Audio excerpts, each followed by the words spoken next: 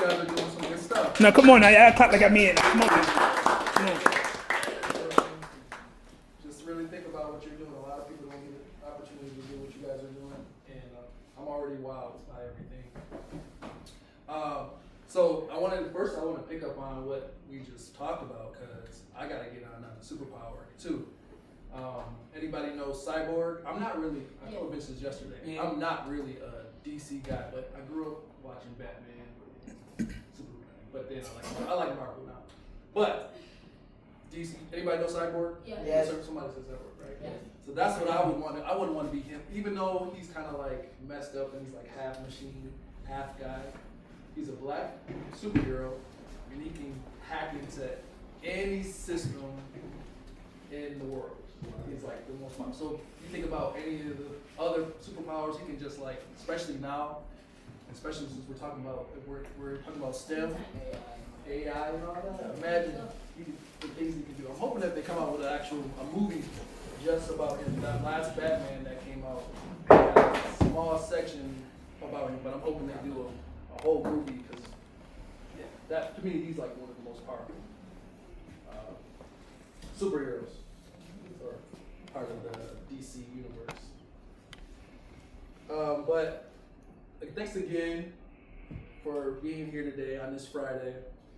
Firstly, I just want to tell y'all about myself, who I am.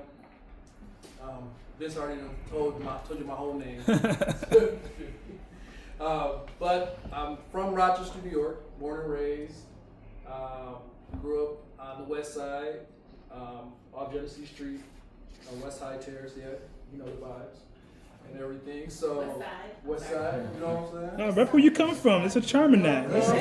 Don't be ashamed. I don't care who it is. It could be a hole in the wall. That's your hole in the wall. The oldest of four. I went to a lot of schools growing up, some in the city and then some, so I'm a son of a pastor, and so I went to a lot of, at a certain point I was going to a lot of Christian schools and things like that, but I did go to 39, well I don't even know what it is. Yeah, the schools changed so much, but it used to be 39 and 37 and 3 schools, I don't know what it is now. Probably it's called something totally different now.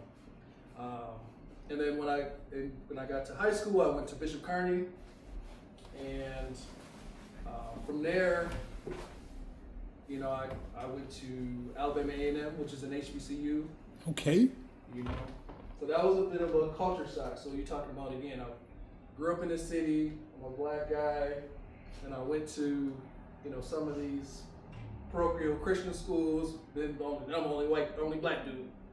And then I go to Bishop Kearney, kind of mixed, and then I go to an HBCU, and suddenly I'm dropped into like, everybody is black.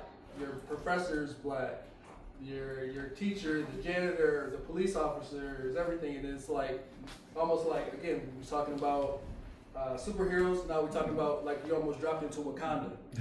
You know what I'm saying? Where it's just like, wow, and for the first time, you feel like, man, that limit or those things that you may not see that black people are doing, all of a sudden is right in your face. And you can't unsee it. And so I'm gonna kind of use my story as I kind of give you some of my, I'll give you some of my pitfalls, some of the areas where I didn't notice that I needed to pay attention to. So when you get to this point, or I know some of you're graduating. So and as you get to as you're moving towards the next steps, for those ones that are in 8th grade and things like that, and then for the ones that are graduating, or graduated, yes. Congratulations. Put some respect on it, he said. Verdus, very good, very good. Just a couple things. You have a college in mind already, or? Okay, perfect. So we'll kind of talk about that too. So the first thing that we need to establish here, and I think Jamelia tried to do that, is getting your brain thinking about the vision. This is going to be your first step and anything you do is being able to visualize it. Okay? If I tell you that there is a flying car out there and a monkey's driving it, are you going to believe me? Yeah. You would? You know? So, but if I went up there and we all looked at it, would you believe me? No. And we saw it, and we saw a monkey. No. You would? I still You wouldn't believe me? Yeah, no, you would. It would be crazy, right? But seeing is believing. So you have to visualize what you want to do, or even the path that you have for yourself, even if you don't know what you're going to do yet. Myself, personally, I didn't know what I wanted to do until I got to college. But I like to say, visualize yourself. You're a vehicle. Everybody, you have a body, but you're a vehicle. The first thing you do if you don't know where you're going is you need to know where you're going in order to use your GPS, right? So you need to be able to visualize or know where you're going in order to be able to drive and get to the places you want to go. And of course, if you're a vehicle, sometimes, even when you're on your route, sometimes you may take the wrong exit and miss a turn. You might pick up something for a little while, or a person, and drop them off. They don't always stay with you. But just remember, you're always on a journey. It's never done. Okay? But vision is something that you always want to keep in your mind. So you already, for instance, you graduated. That was a vision of yours, whether you know it or not. Yep. And then for the ones that haven't graduated yet, just keep that in your mind. No matter what it looks like, you don't have to get all straight A's or whatever. Just keep that goal in mind, right?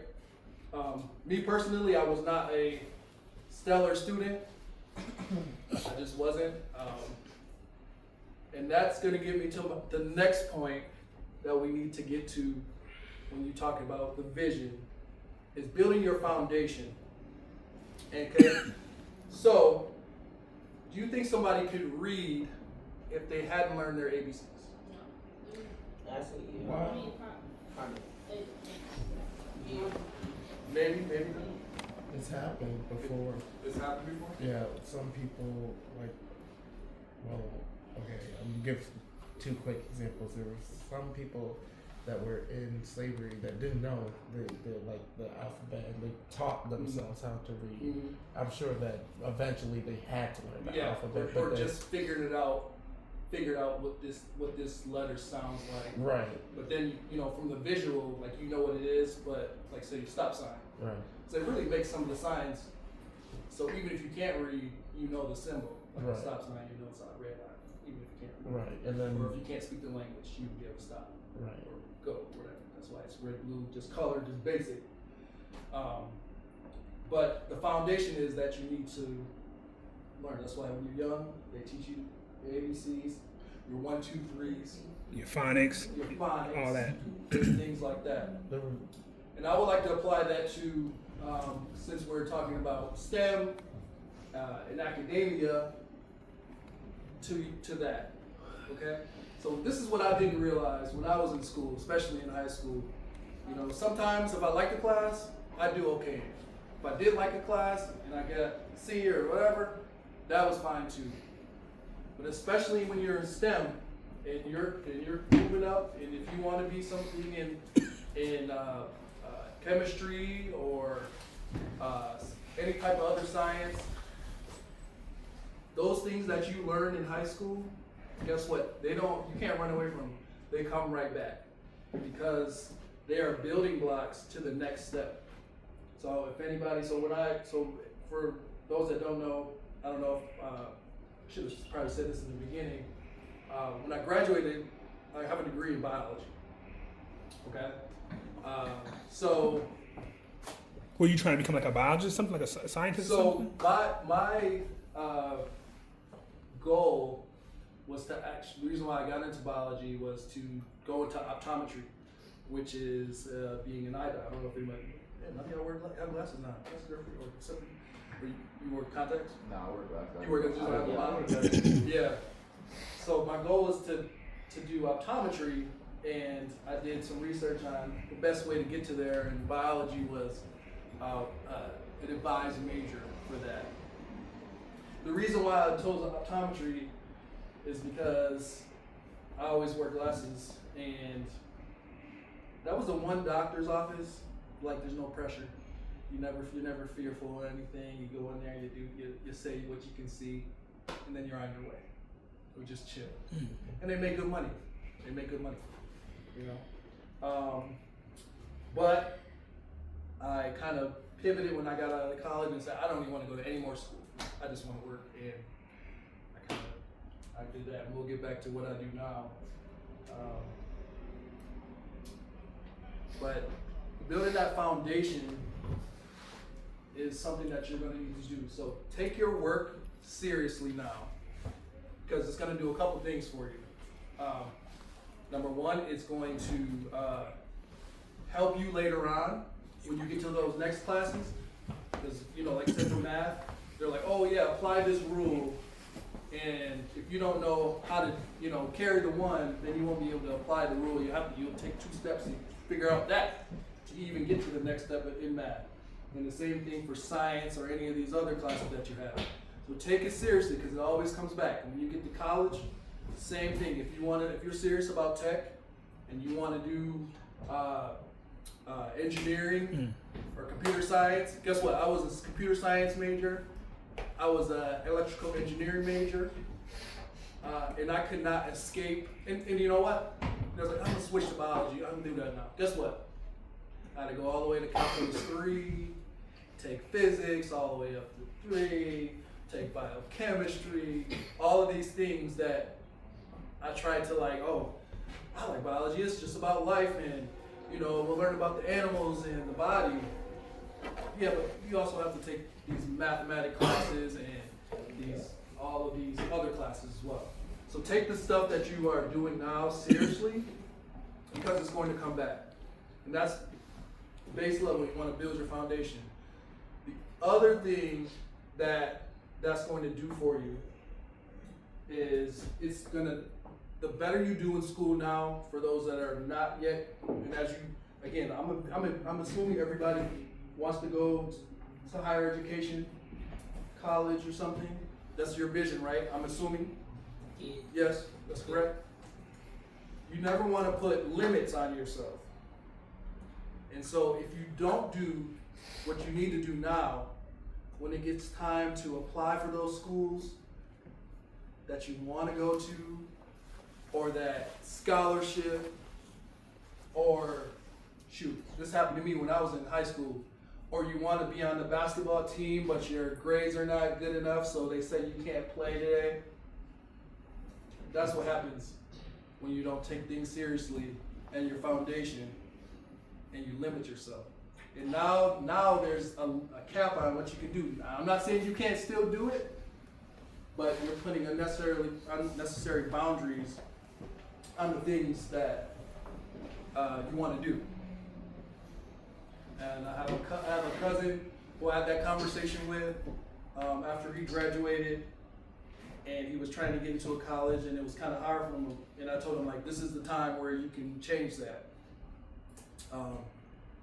Because the next step to this is when you do get to college, my graduate coming back. I'm a graduate too. You're a graduate too? Yes. So you'll pass the word on. And when you're starting to think about college, you need to think about it in a strategic way. What does that mean? What am I saying about that? How many of you have held $10,000 in your hand at one time? Okay. How many of you have held $50,000 in your hand at one time? Yeah, it's about to be better than that one. Yeah. How about $70,000? I hope it's something worth that money. Yeah. It wasn't literally the money, but I hope it's something worth it. Yeah. Yeah. Something like that. Totally. So the reason why I'm bringing that type of money up and holding it is because when you go to college, This is the type of money that we're talking about. And it's not tangible money. It's not money that you can touch or feel, but it's something that's needed for college. So if you don't get a full ride, a scholarship or something like that, this is the type of money that it takes to pay per semester, depending on what school you go to. $70,000 per semester or per year. So how many years in college? Or for bachelor. Hopefully, for a bachelor's, hopefully, 4 years. And you can do the math on that. It's a lot of money. But they're not going to present it in a way that it's going to make you think about it. They're going to just say, oh, you want to go to college? Oh, just sign here. You can pay that when you get out.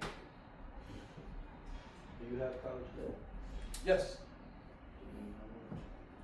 Me, I've got about, let's say about 50,000. That's good. That's not a lot compared to That's- like That's, some of these that's attorneys, you know, some of these doctors, Yeah. you know, they're taking out Oh, yeah. loans and stuff. good. Yeah. By the way, Avoid loans at all. so my wife, she's a lawyer. I'm not going to tell you how much. Not going to tell you how much student loans she has. Is it over 100 But grand? huh? Over 100 grand? You can accrue $100 grand in this time Easy. for college, just getting a 4-year degree. That's like nothing. Yeah. That's like nothing. No, I want to be coaching. So what I'm getting to, you do want to go to college, but what I'm getting to is doing it in a strategic way.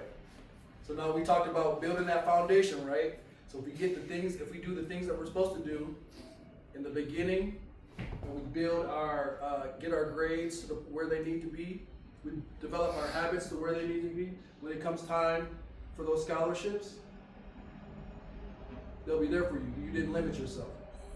The other thing that you need to think about is when it comes to colleges, there are places that will, in Rochester, where you can go and not spend much money.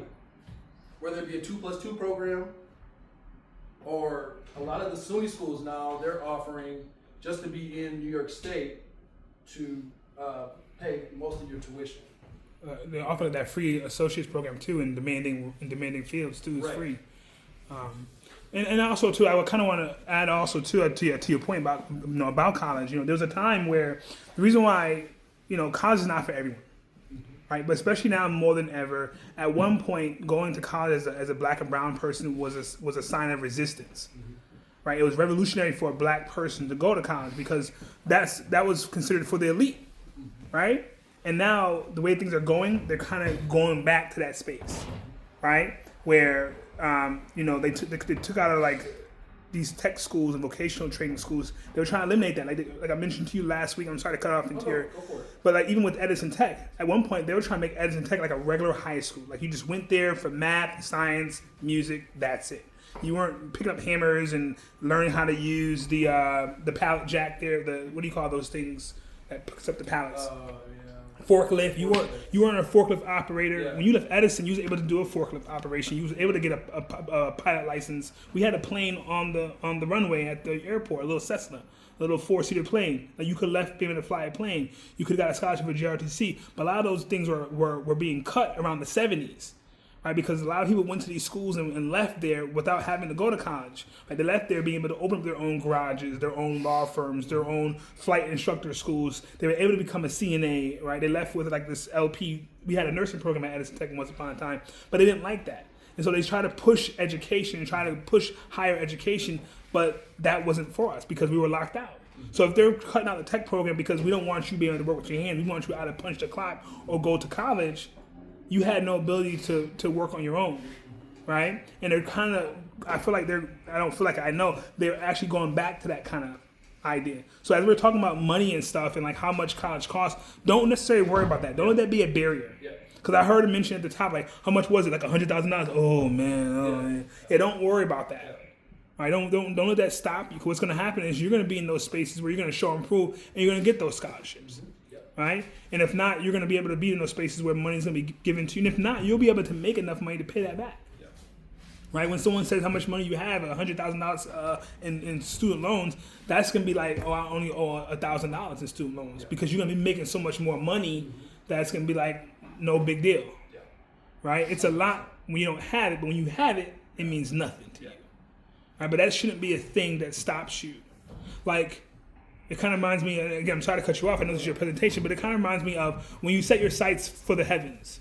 You think that astronauts thinking about how much fuel it's going to cost them to break through the stratosphere, to make it to the moon? They just know that that's the mission. That's what they're trying to do. We know the destination. We're trying to get there. We're going to throw everything we have at it until we get to that space. We're not thinking about how much it's going to cost. We're not going to think about the sacrifice that it's going to cost. And so that's what Billy's talking about as you're starting to really go through the process, right, and build that foundation. Because at the end of the day, the foundation was going to keep you grounded as you continue to elevate.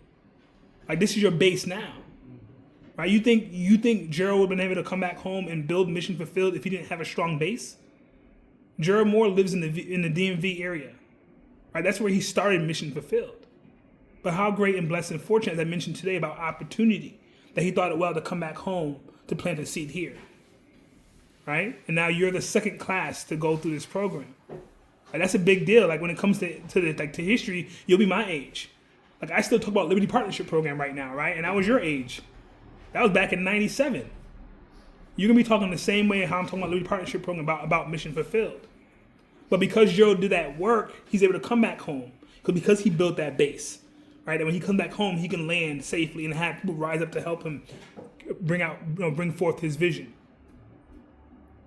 right? But that goes for you all too. And that's why, Billy's here today to kind of speak about his trajectory and the things that he's gone through. And you might see elements of your life, or you might like whatever Billy's talking about, parochial schools, Catholic schools. I don't know anything about that, right? But there are some things that you can still glean from him, right? And I know many of you are tired, but you have to hold your head up, gentlemen.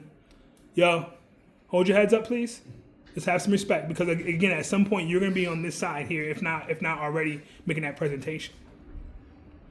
Yo, we have accountability to each other. Can you please wake him up, please? All right, when you see a man next to you like not walking the path, pull his card. When I'm not on the straight and narrow, Billy calls me and holds me accountable.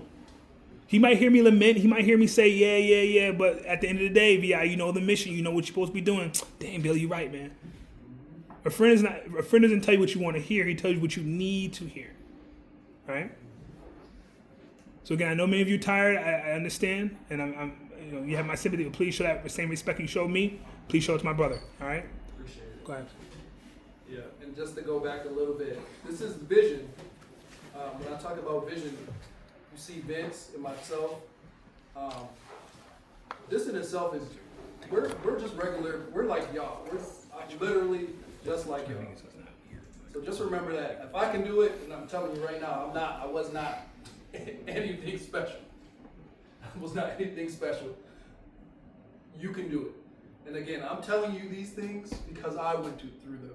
I'm trying to drop some nuggets on it so that hopefully when you guys get to this point, let me make sure I dot all my I's here.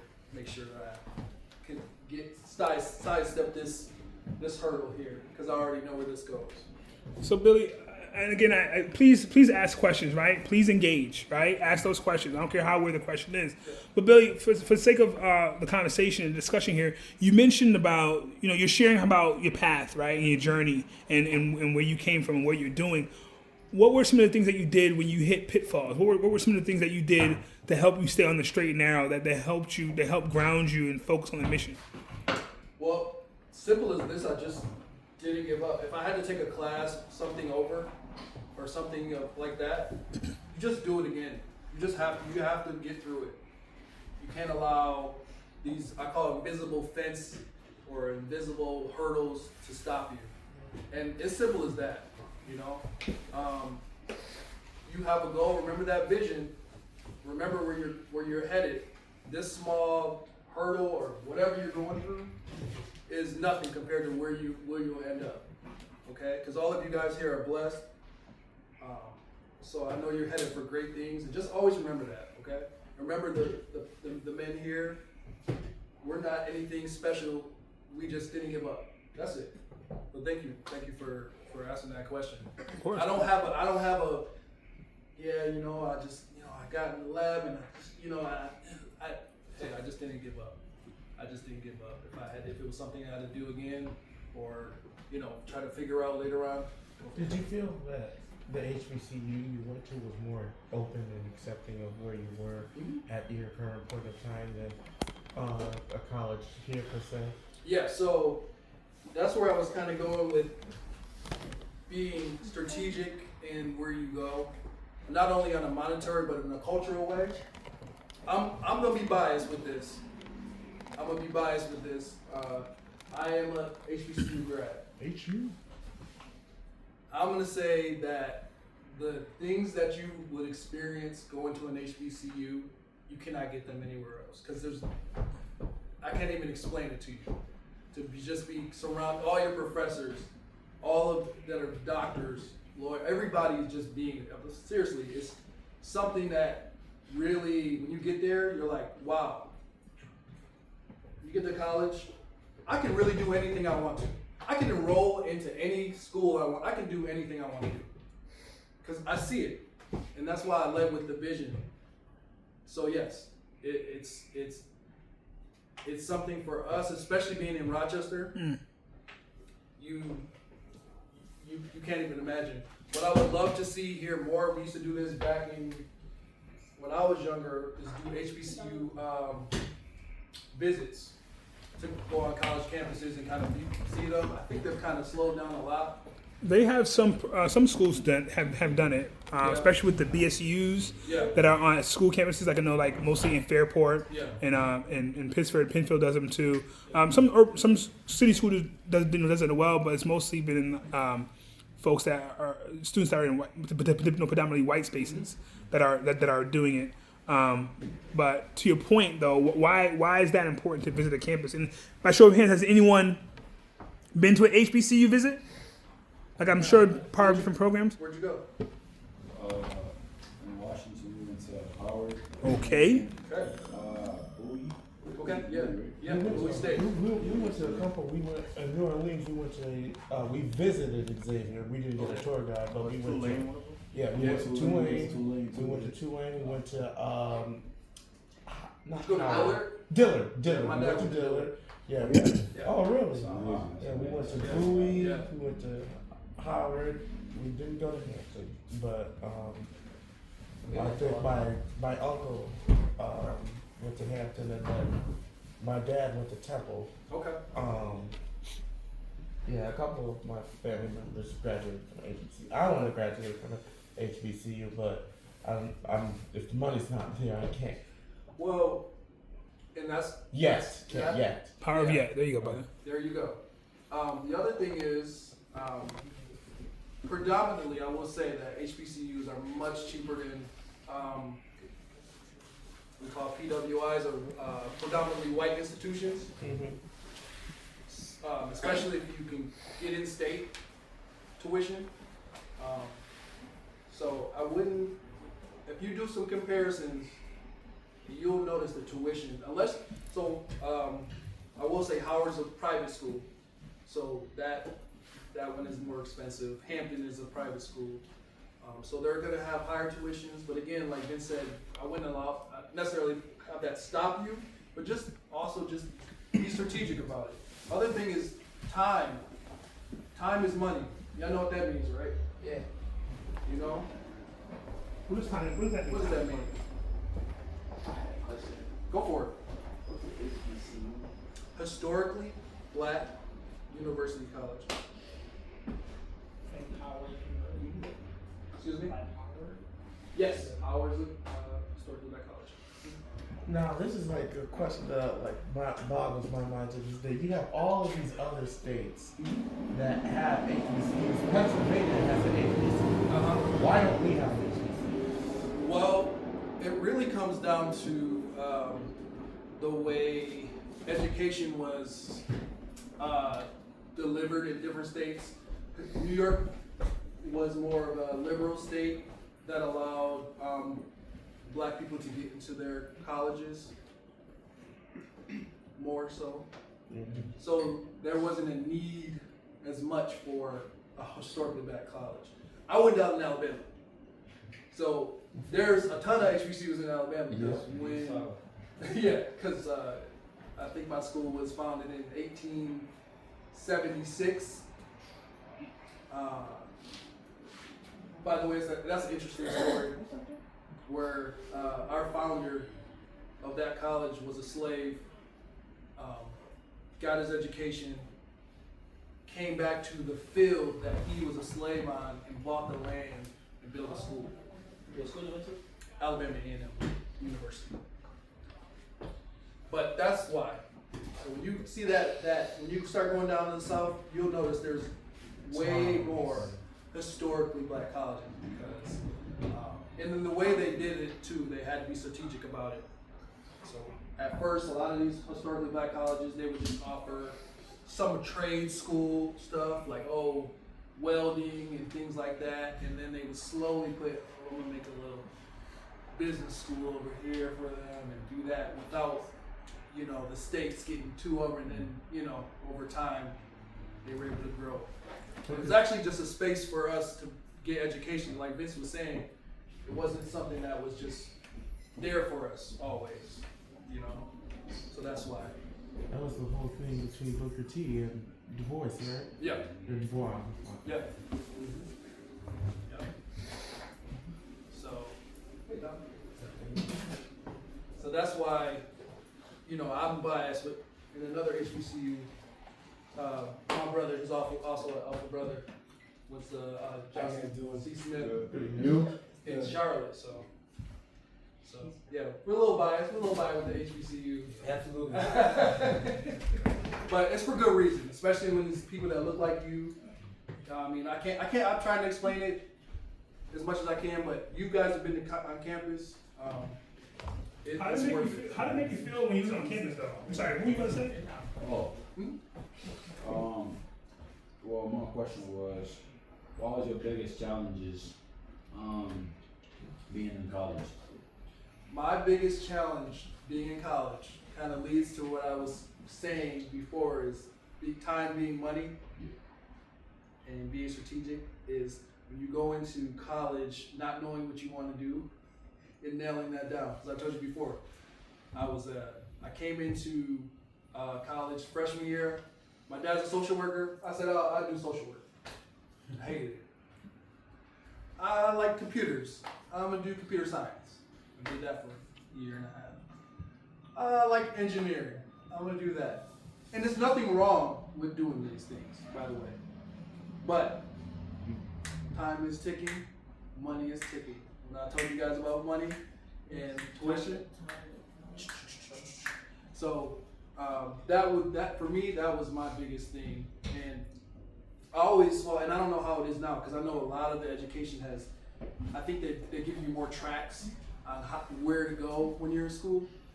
Because I always thought it was interesting how, and it's necessary to teach you all of these things, and then they get to college, and they say pick one interest, and you got 4 years to do it.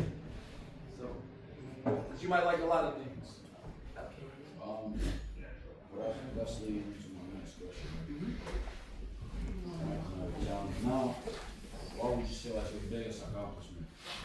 Well, I have I think a few of them. Graduating college was a big one, because again, I'm biased. So anybody else that has any type of other major, I'm not crapping at me. But I have a bachelor's in biology. It's not hard. It's not an easy degree to get. So that was a huge accomplishment for myself. And then from there, just staying the course. I'm really proud to stay the course on. So now I'm actually in my field. I'm a project manager, but I deal with clinical trials. So, being able to see that come to fruition to where I am, what I'm doing now, it's pretty rewarding. And it all goes back to, again, just staying the course, having your foundation, and then going there. And that's it. It's not, a lot of stuff is simple. I saw something the other day where somebody was like, somebody just wants to lose weight, you probably just need to stop eating some. That's the first part. And then you'll figure out the rest. So it's like simple things get you a long way. Okay? The last part I just wanted to touch on, we were talking about seeing that vision, your foundation, getting to college, picking your major strategically, is when you, as you're in college and you're visualizing, when you pick your major, or whatever you like to do in STEM, because I'm just going to talk like you're in STEM already, right? It's the STEM program. Just know that there is so many avenues, so many different types of jobs and things that you can do, okay? That make good money, that make over 6 figures, okay? I was, again, biology. I had thinking I was going to do optometry. I pivoted. I went to do lab work. I had a couple the ACM here. That was my first job, and then I ended up at LabCorp doing some like molecular genetic lab stuff. And now I'm here. I'm doing project management for pharmaceutical companies. Well, I had no vision of doing any of that or getting to that path. I just knew that I would just kind of stay the course. I had this degree, right? And that allowed me to maneuver, right?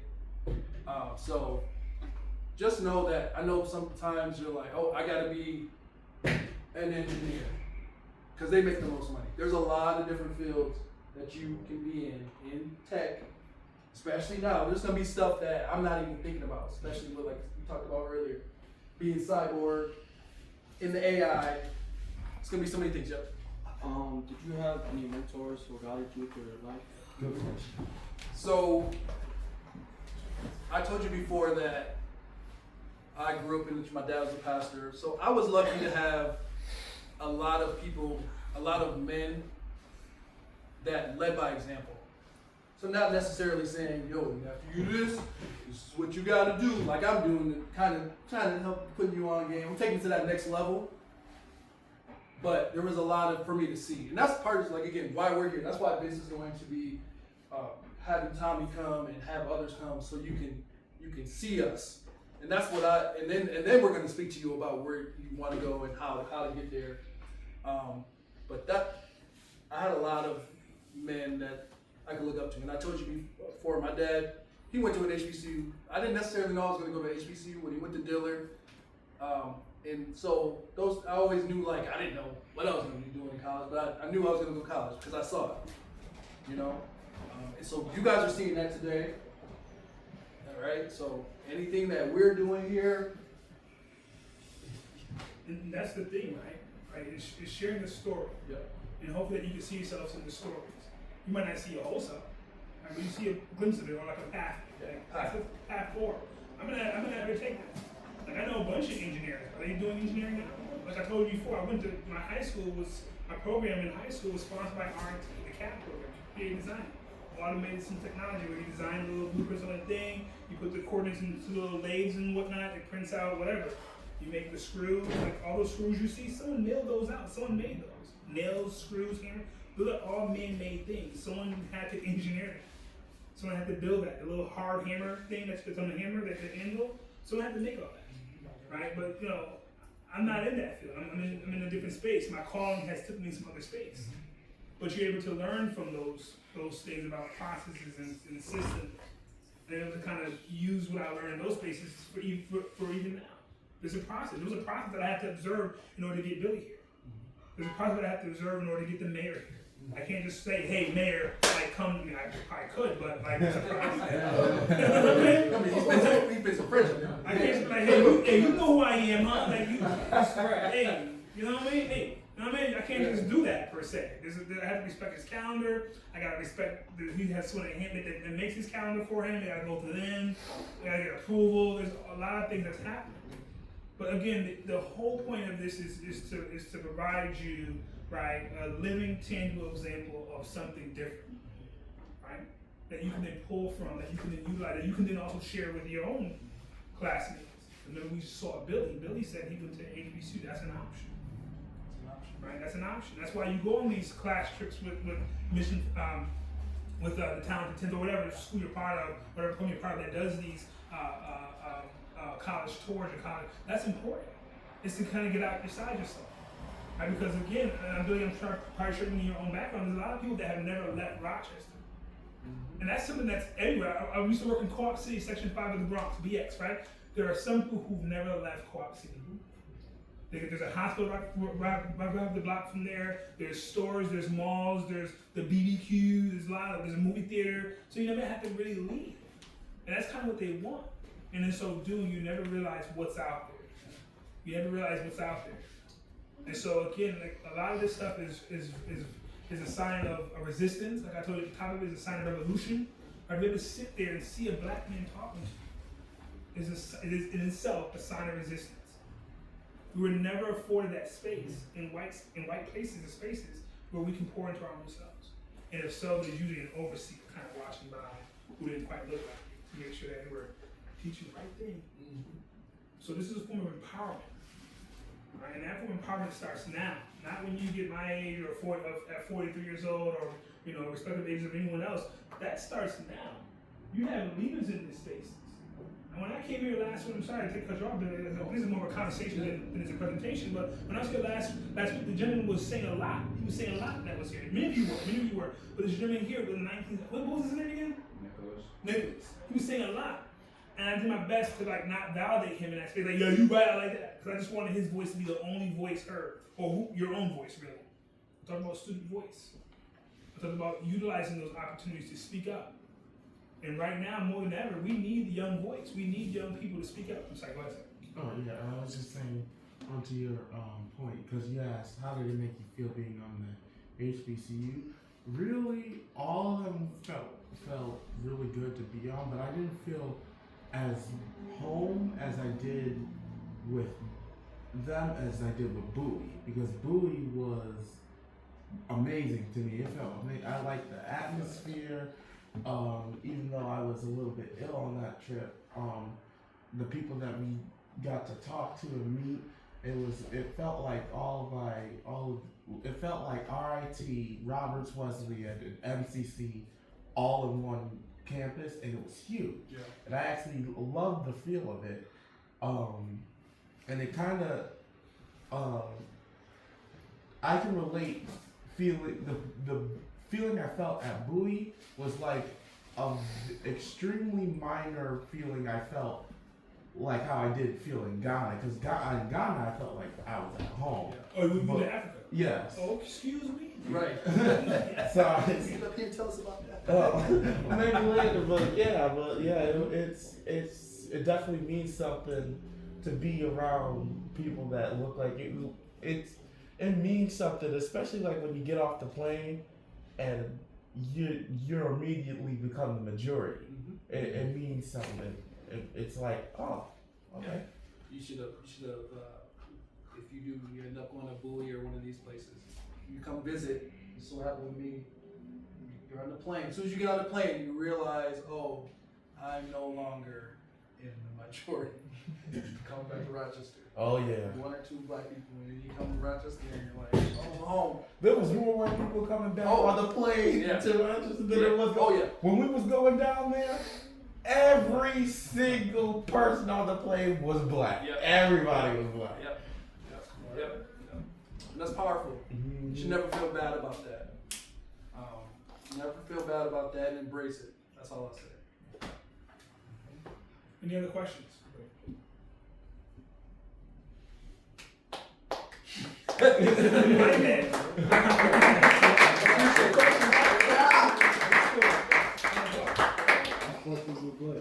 Excuse me? Sports. Yeah. So I played at Bishop Kearney. I played basketball. Oh yeah. You know you guys are rivals, right? Oh, where you go? I was gonna say, I'm like, you go to AQ? Y'all need some space, y'all good? Back when you guys were back in my day, we were, I think we would beat y'all a lot, but we had a lot of good people. But now, y'all are pretty good. You said you're Aquinas? Yeah. Okay. Yeah. Yeah. So. Yeah, AQ. I got respect for AQ though. Yes. Do your thing.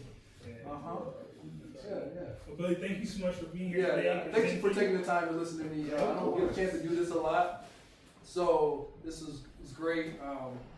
Yeah. Nah, thank you for coming. Yeah. I'll be back. I'll be like Tommy and just stand in the background and just. Wait a minute, I know what you said right there, but.